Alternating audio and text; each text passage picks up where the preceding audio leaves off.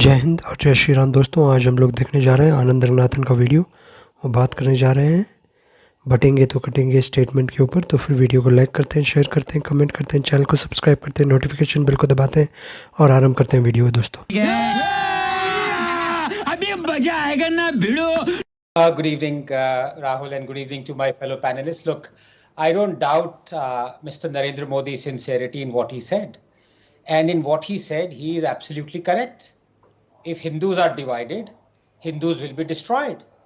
The history of our civilization has provided this time and again, the proof. Let me illustrate this not with a historical example, Rahul, of which there are dozens, but a contemporary one. Remember how Indian Muslims united and indulged in Azad Maidan protests and riots to force the Indian government to take in Muslim Rohingya refugees from Myanmar? Well, it resulted in us taking in 40,000 Rohingya Muslim refugees.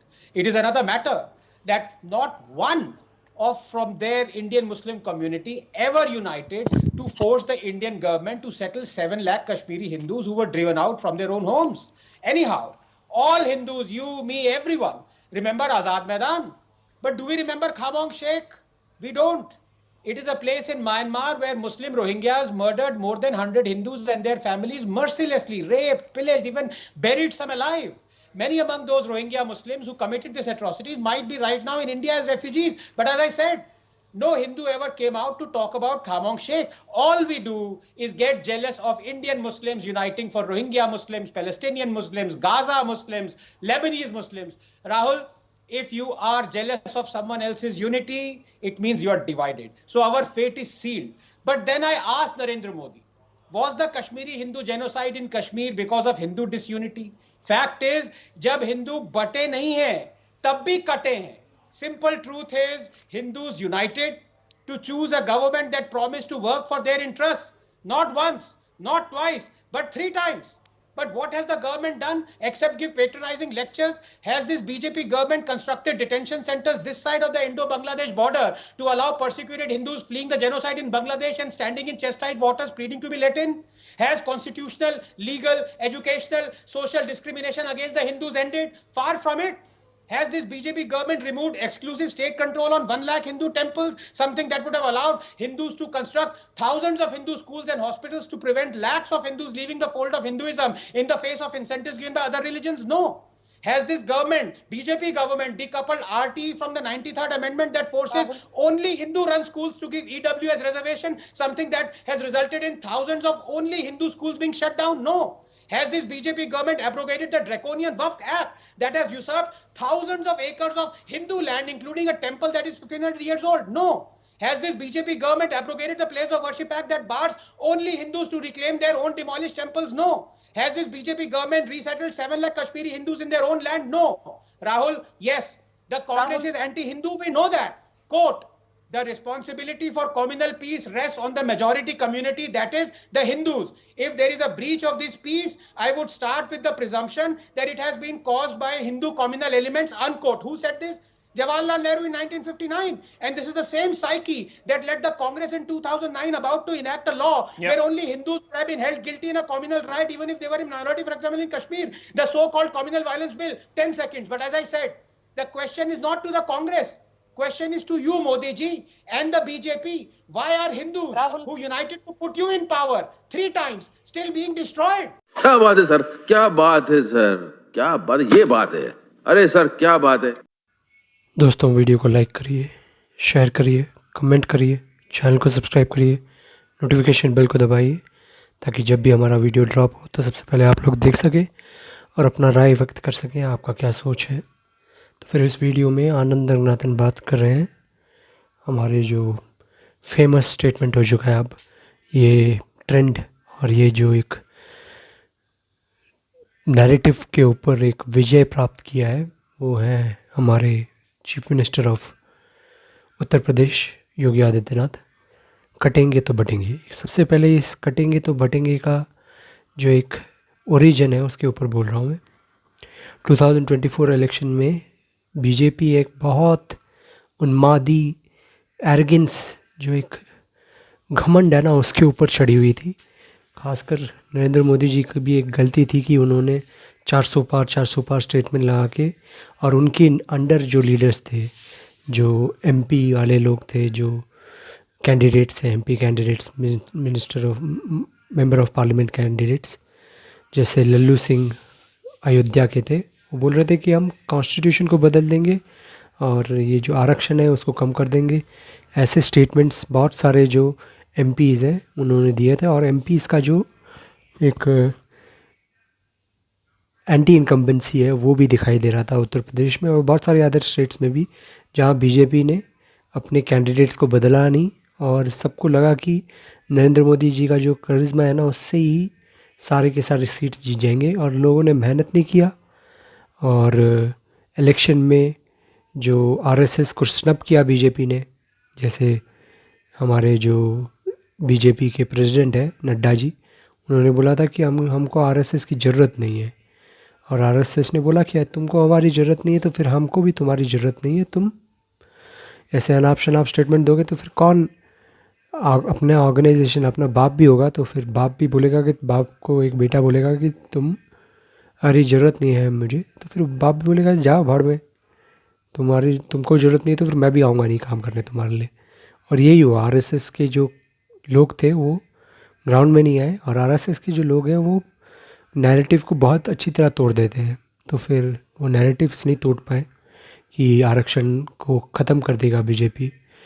ये पूरी तरह चला नहीं, पर चला, कई कई जगहों में चला, जैसे राजस्थान में थोड़ा सा चला, उत्तर प्रदेश में बहुत चला, बिहार में इतना ज़्यादा नहीं चला, और जैसे उड़ीसा में चला ही नहीं ये नैरेटिव।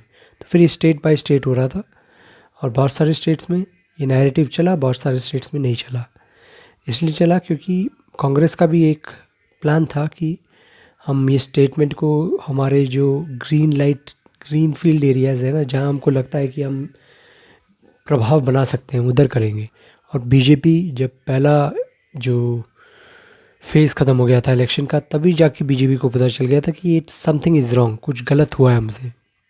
इसलिए नरेंद्र मोदी आरक्षण के बारे में, वो जो मुस्लिम आरक्षण उसके ऊपर बात करते रहते थे, मंगलसूत्र और दूसरे चीज़ें जो स्टेटमेंट्स दिए थे इलेक्शन के दौरान नरेंद्र मोदी ने, वो इसलिए दिए थे ताकि ये जो आरक्षण का जो एक वेनम है उसको नीचे लेके जा पाए, पर हुआ नहीं।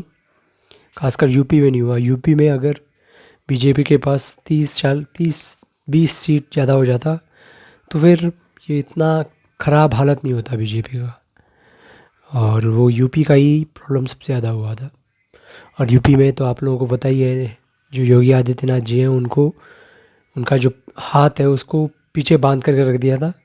उनके जो कैंडिडेट्स उन्होंने दिए थे, बोलते हैं 35 to 32 कैंडिडेट्स चेंज करके दिए थे, कि बोला था कि ये जो कैंडिडेट्स हैं इनका जो वो क्या बोलते हैं, एक परफॉर्मेंस बहुत अच्छा नहीं था, तो फिर इन लोगों को हटा दीजिए। और मैंने कैंडिडेट लिस्ट दिया है, उसमें सारे जो समीकरण है उसको ध्यान रखते हुए दिया है, कास्ट के ऊपर भी ध्यान रखते हुए दिया है, सब कुछ ध्यान रखते हुए दिया है। तो फिर इसको चेंज करेंगे तो फिर सिचुएशन और भी बढ़िया हो सकता है। तो फिर वो सिचुएशन, उसके ऊपर ज़्यादा ध्यान नहीं दिया बीजेपी ने, और बीजेपी के अंदर ही बहुत सारे जो लीडर्स हैं वो योगी आदित्यनाथ को अंडरकट करना चाहते थे। जैसे अभी तो सब लोगों को पता ही है, अमित शाह और योगी आदित्यनाथ की बनती नहीं है। और योगी आदित्यनाथ अभी जो इलेक्शन आने वाला है, जो बाईपोल इलेक्शन होने वाला है, 10 बाईपोल इलेक्शन होने वाला है एमएलए का, उसमें योगी आदित्यनाथ का हाथ पूरी तरह खोल दिया गया है, वो कुछ भी कर सकते हैं। उनकी पहले तो उनकी पसंद का चीफ सेक्रेटरी भी नहीं बना सकते थे, वो भी सेंट्रल लीडरशिप से आता था ऊपर से। तो फिर इस टाइम से जो चीफ सेक्रेटरी उनको भी बदल दिया उन्होंने, और उधर के जो डीएम कलेक्टर्स हैं उनको भी बदल दिया है बहुत सारे, और जो पुलिस ऑफिसर्स हैं जो ठीक तरह काम नहीं कर रहे हैं, जो एक्सेसिव फोर्स यूज़ कर रहे हैं, उन लोगों को भी बदल दिया है। और उधर तो अभी भी बहुत सारे कांड हो रहे हैं। तो फिर ये कटेंगे तो बटेंगे, इसके ऊपर ही बोला है कि ये हिंदुओं को कास्ट के ऊपर काट दिया था, एक तुक्के से काट दिया था, वो काटने का सिलसिला बढ़ते नहीं रहेगा, क्योंकि ये एक वन ऑफ इंसिडेंट था। ऐसा मेरे को लगता नहीं है कि इसके बाद होने वाला है। उसके बाद योगी आदित्यनाथ ने स्टेटमेंट दिया, उसके बाद अभी हमारे नरेंद्र मोदी जी ने स्टेटमेंट दिया। वो विदेशी दौरे से बाहर निकल के आए, उनको भी पता चल रहा है अभी कि हमारा जो ये पसमानदा आंदोलन के ऊपर हमारा जो एक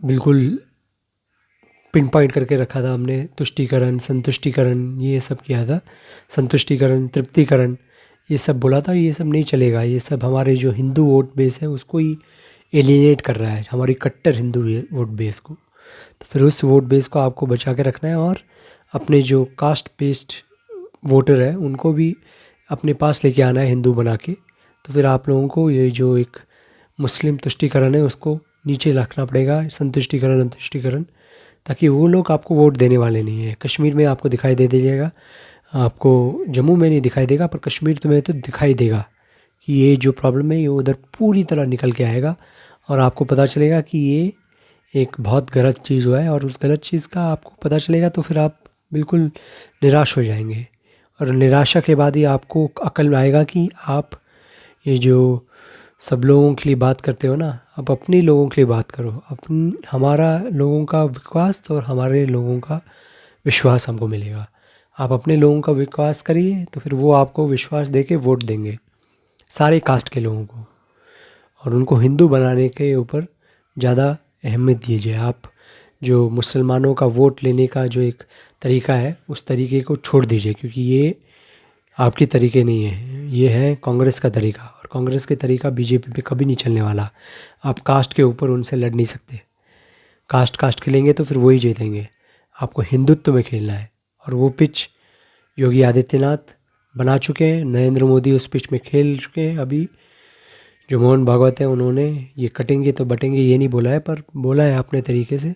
उस तरीके को आप भी चलाइए और आगे बढ़िए। वीडियो को लाइक करते हैं, शेयर करते हैं, कमेंट करते हैं, चैनल को सब्सक्राइब करिए और नोटिफिकेशन बेल को दबाइए ताकि जब भी हमारा वीडियो ड्रॉप हो तो सबसे पहले आप लोग देख सकें। जय श्री राम, हर हर महादेव। कटेंगे तो बटेंगे ये होना ही चाहिए, और जय हिंद।